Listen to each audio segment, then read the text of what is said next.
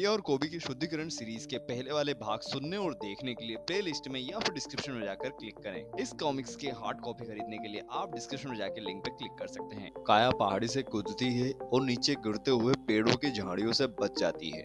उसके पिता कहते हैं, कूदो पर विश्वास करो, तुम भक्त प्रहलाद की तरह हो, तुम्हें तुम्हारी शक्तियों का अभी अंदाजा नहीं है। उसके बाद उसके पिता उसके दूसरी प्रैक्टिस करवाते हैं, वो होती है फायर प्रैक्टिस, जहाँ उसे अग्नि में बैठकर ध्यान लगाना होता है। अगर तुमने अपनी आस्था पे ध्यान लगाया तो अग्नि तुम्हें कुछ नहीं करेगी काया, जैसे माँ सीता को कुछ नहीं बिगाड़ पाई। यह सुनते ही वह आग में चली जाती हैं, जहाँ उसे थोड़ी जलन महसूस होती है। तब उसके पिता कहते हैं कि पूर्ण श्रद्धा से ध्यान लगाओ, तुम यह कर सकती हो काया। फिर से वह ध्यान लगाती है, लेकिन थोड़ी देर बाद दोबारा से उसका शरीर जलने लगता है। वह जल उठती है और जैसे ही जल उठती है वो उस अग्नि से बाहर आ जाती है चिल्लाते हुए। तभी बाहर से एक आवाज आती है, तेरे पिता नहीं चाहते तू जिंदा रहे, वह तुझे मारना चाहते हैं काया। दूसरी ओर वुल्फानो का पश्चिमी क्षेत्र, 50,000 साल पहले की बात है। शंभुक अपने साथियों के साथ जंगल पार करता रहता है तंत्र बाहु को ढूंढने के लिए। तभी जमीन अचानक ही दलदल बन जाती है और नीचे खिसकने लगती है। सभी कूद कूद कर बचकर वहां से निकलते हैं। तभी तंत्र बाहु कहता है, अभी तो बच गए, लेकिन अगले जाल से नहीं बच पाओगे। आगे बढ़ते ही दलदल में से कई सारे भेड़िए निकलते हैं और शंभुक को पकड़कर दलदल के अंदर ले जाते हैं।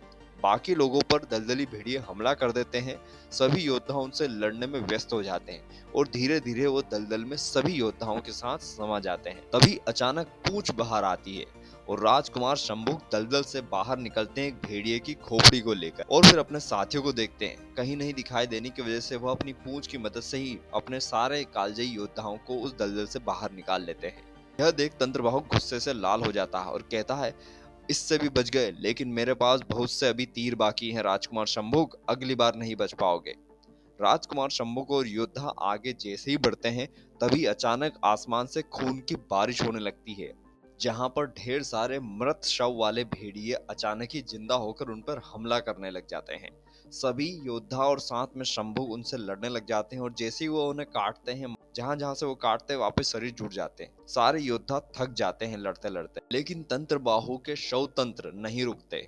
सभी निराश हो जाते हैं। तभी राजकुमार शंभुक सबको मोटिवेट करते हैं कि उठो साथियों, इन्हें वहीं पहुंचा दो जहां से ये आए हैं। यह सुनते ही सभी लोगों में, सभी योद्धाओं में जान आ जाती है और सारे जो शव तंत्र होते हैं उन सभी को दलदल के अंदर फेंक देते हैं और दलदल के अंदर ही समा देते हैं। तभी राजकुमार शंभुक को याद आता है कि ये सभी वही लोग हैं जो गांव से अपहरण करके लाए गए हैं। इन्हें तंत्रबाहु ने बलि चढ़ा के शव तंत्र बना दिया है। यह सब देख तंत्रबाहु गुस्से से लाल हो जाता है और खुद उनसे लड़ने चले जाता है, जहां लड़ते हुए तंत्रबाहु को शंभुक अपनी पूंछ से नीचे गिरा देता है, लेकिन तंत्रबाहु हंसते हुए रूप बदल लेता है। तभी शंभुक के कालजयी योद्धा शंभुक पर ही आक्रमण कर देते हैं। सभी को लगता है कि यही तंत्रबाहु है, क्योंकि तंत्रबाहु के तंत्रों से शंभुक सभी योद्धाओं को तंत्रबाहु लगता है। यह देख के तंत्रबाहु हंसता रहता है और भी मार खाते हुए शंभुक के पास अचानक शक्ति आ जाती है और उस गदा की मदद से ही वह तंत्रबाहु के नरमुंडों की माला निकाल लेता है और उसे तोड़ने जाता है। तभी तंत्रबाहु कहता है कि इसे मत तोड़ना,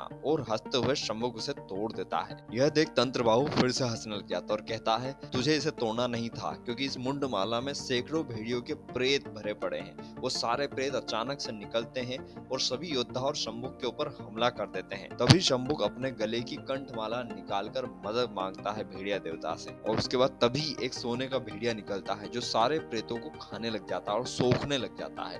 यह देख तंत्रबाहु अपने प्रेतों को गायब कर देता है, क्योंकि जितने ज्यादा प्रेत वो सोखता है उतनी ही शक्तियां कमजोर होती जाती है तंत्रबाहु की। तभी शंभुक तंत्रबाहु पर हमला करने लगता है।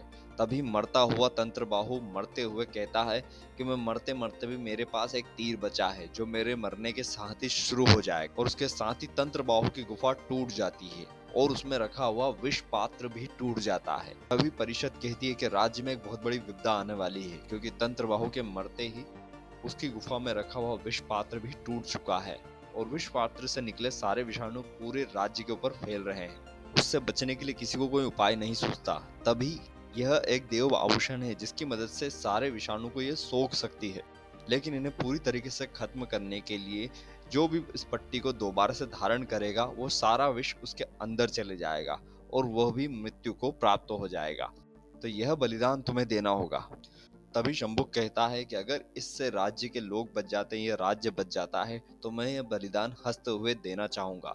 सारे विषाणु राजकुमार शंभुक की कमर पट्टिका में बंध जाते हैं और सारे कालजयी योद्धा मिलकर एक कब्र बना देते हैं, जिसके अंदर राजकुमार शंभुक अपनी समाधि ले लेते हैं कमर पट्टिका के साथ ही। तभी कहानी वर्तमान काल में आ जाती है, महाकंदरा की गुफा में, जहां गुरु सुंडी युवराज शंभुक की कहानी बताते रहते हैं योद्धाओं को। इस प्रकार से कैसे राजकुमार शंभुक ने पूरे राज्य को बचाने के लिए, भोरिया वंश को बचाने के लिए अपना बलिदान दिया और फिर सारे योद्धा अपने घर जाकर परिवार के साथ रहने लगे। गुरु सुंडी कहानी आगे बढ़ाते हैं और कहते हैं कि इसके बाद सारे कालजयी योद्धा अपने परिवार के साथ हंसी खुशी रहने लगे। वहीं राज्य में रानी काकटी को एक बच्चा पैदा होता है, जिसका नामकरण वुल्फा नाम पर होता है। जैसे जैसे वो बड़ा होता है, उसकी पावर्स बढ़ती जाती है और इसके बाद वुल्फा वुल्फानो बन जाता है और राज्य की बागडोर उसके हाथ में ले ली जाती है। सालों बाद कालजयी योद्धा दोबारा से कुमार शंभुक की कब्र पर जाते हैं। उनके जाते से ही वहां पे एक छोटा सा छेद हो जाता है, जिसकी वजह से उस कब्र में दबे हुए राजकुमार शंभुक के अंदर के विषाणु निकलने लग जाते हैं और दोबारा से विषाणु पूरे राज्य में फैलने लग जाते हैं।